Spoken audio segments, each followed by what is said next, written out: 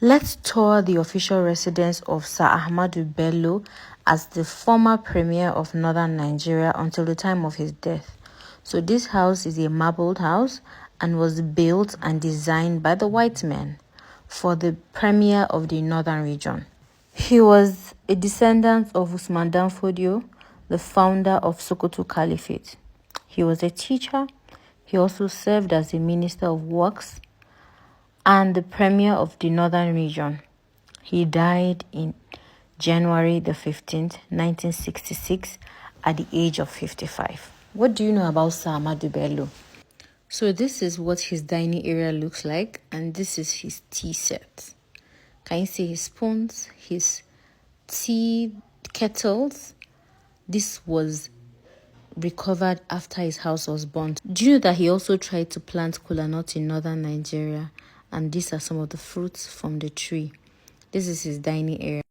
I'm in Sir Ahmadu Bello's dining area, enjoying the fun he enjoyed some years ago. Some of his personal belongings that were recovered after his death were his wristwatch, his party membership card, the key of Central Bank, his driver's license, and a host of other things, including his prayer bed. This was his sitting area where he hosted guests and enjoyed himself. Because the white men designed this house, they actually put a fireplace. Very funny.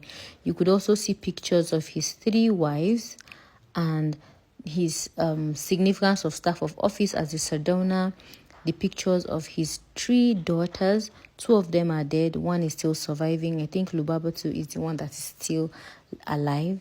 You could see his radio, his TV set, and just everything was hitting me like I knew him personally. Then we climbed up the staircase to enter his bedroom. You guys, this was his bedroom. Even though this house was burnt, a replica of everything that used to be in the house was replaced. So some of his items were not completely burnt.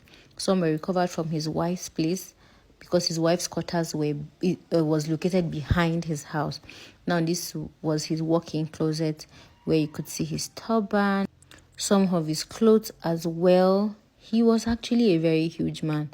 Looking at the gari, or what would you call it, agbada, then, and look at the size. He was a giant man. You could see his boxes, and it was just so surreal walking into this kind of environment and hearing people say story of somebody who was painted so negatively by some people. We saw his kettle that he used to perform ablution, and also the place where he was shot dead or found dead, he and his wife. People believed he was a tribalistic person who favored only the north and did not care about the south and the east and the west. Some of his greatest legacy was the modernization and unification of diverse people of northern Nigeria. Sir Ahmadu Bello believed that every Nigerian and all human beings are created equally, that they are endowed by God with rights, amongst which are life, liberty, equal opportunity, blessings, and the legitimate pursuit of happiness. That's what I choose to believe. What do you believe?